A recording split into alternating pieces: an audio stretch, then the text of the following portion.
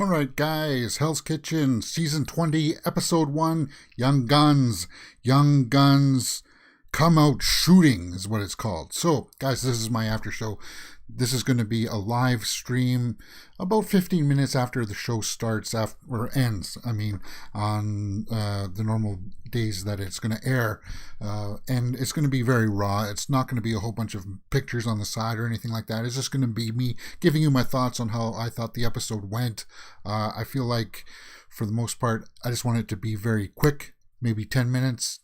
15 at the most, and we'll just go through some of the points that I really liked about the episode. I think Hell's Kitchen, to me, is one of my favorite shows because I used to be a cook myself, and I feel like watching Gordon Ramsay just makes me miss the good old days of me stepping in the kitchen and just being a part of the team, you know what I'm saying? Anyway, let's get into it.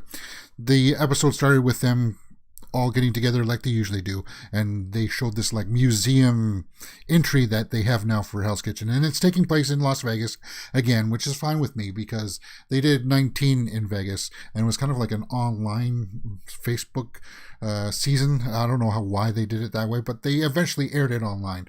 But anyway, now this is going to be on the normal TV schedules, so that's cool. I like that. So Young Guns, I think it's an interesting premise. I think it's got some good ideas of him trying to take on a protege. Of course, it's the first episode, and it's got so many names that you don't really know who's who yet, and you don't know who you're going to root for. I mean, they try to show you some of the people, like Bryn, who had a little bit of a meltdown towards the end there, and I felt like that was okay. Somebody who jumped out at me was Ava, because she's from Anchorage. I grew up in the Yukon Territory, which is right next to Alaska, so I've been to Anchorage, so I found that was kind of cool. Not a whole bunch of the guys jumped out at me though. Like none of them. We haven't really had enough time yet to learn who these people are and find anybody that we sort of really want to root for. We did sort of in the signature dish, and I'll talk about that in just a few moments, because that's where we sort of went in. As soon as everybody got there, there was kind of like the announcements of here's the contestants, and we got to see the sous chefs of this season. And Jason is back with the blue hair for the guys, and that's cool. And of course, Christina is there for the girls. I've been a big fan of Christina for a long time, so I'm like, yeah, that's cool. I like that. Okay, so then we get into the signature dishes, and then I realized, okay, so this episode is not going to be an elimination episode. It's just something to get us into some familiarity with some of these people. They showed a lot of Bryn for some reason, and I feel like they're setting that up for a storyline that'll probably mean she won't get eliminated right away. That'll be funny if she did, though. But I felt like the signature dishes were kind of okay. Somebody who jumped out at me was Keanu. I liked her. She was pretty cool. And that dude who didn't clean the shrimp, man, you got to clean your shrimp. How many times are we going to see that on this show? And you're going to feed Gordon Ramsay some unclean shrimp. Yeesh. But somebody who jumped out at me was Morgana. She got a 5 out of 5. She was the only one that got a 5 out of 5 for her signature dish. And I felt, hey, there's something there. So she may be one of the first people that I'm starting to root for. It was Morgana. And yeah, I like the way she was presenting herself and stuff like that. Maybe a little bit of the underdog, because, as I said, Bren and Ava were kind of showcased.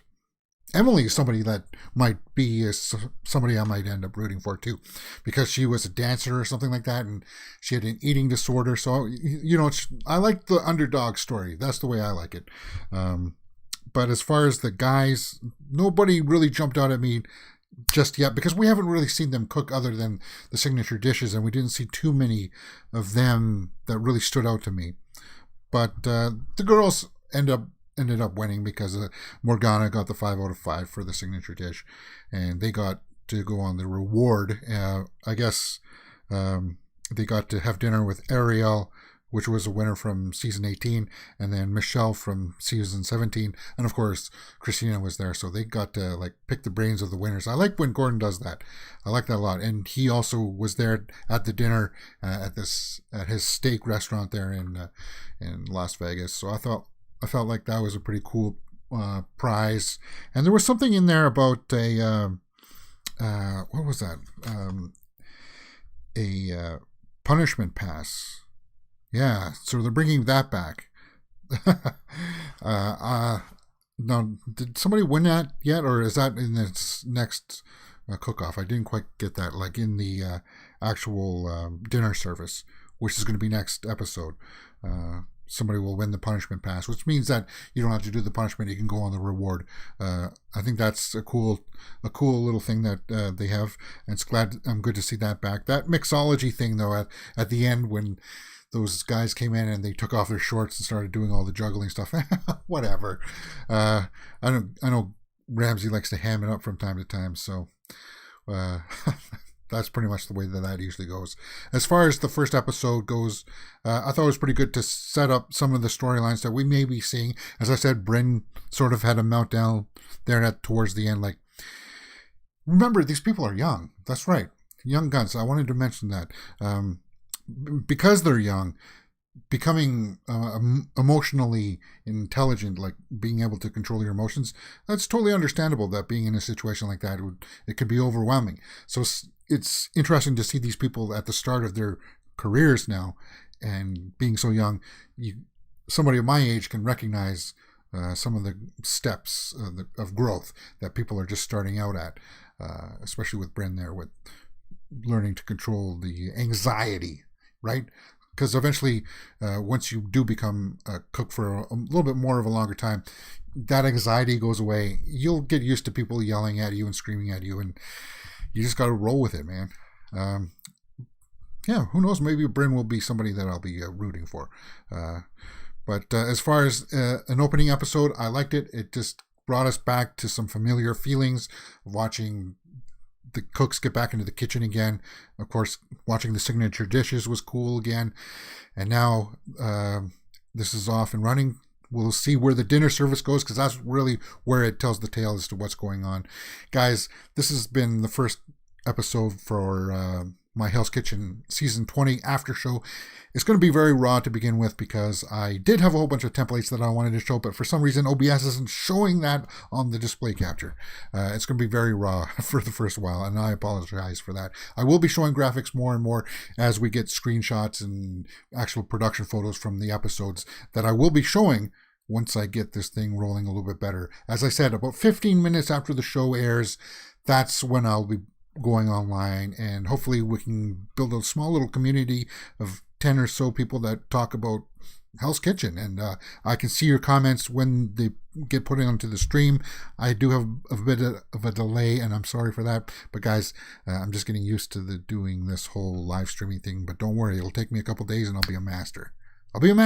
Hopefully. Yeah, anyway, Hell's Kitchen Season 1. What did you Season 20 Episode 1. I liked it a lot. Let me know what you thought about it in the comments below. All right, thank you very much for watching. You're watching Mirror Domains.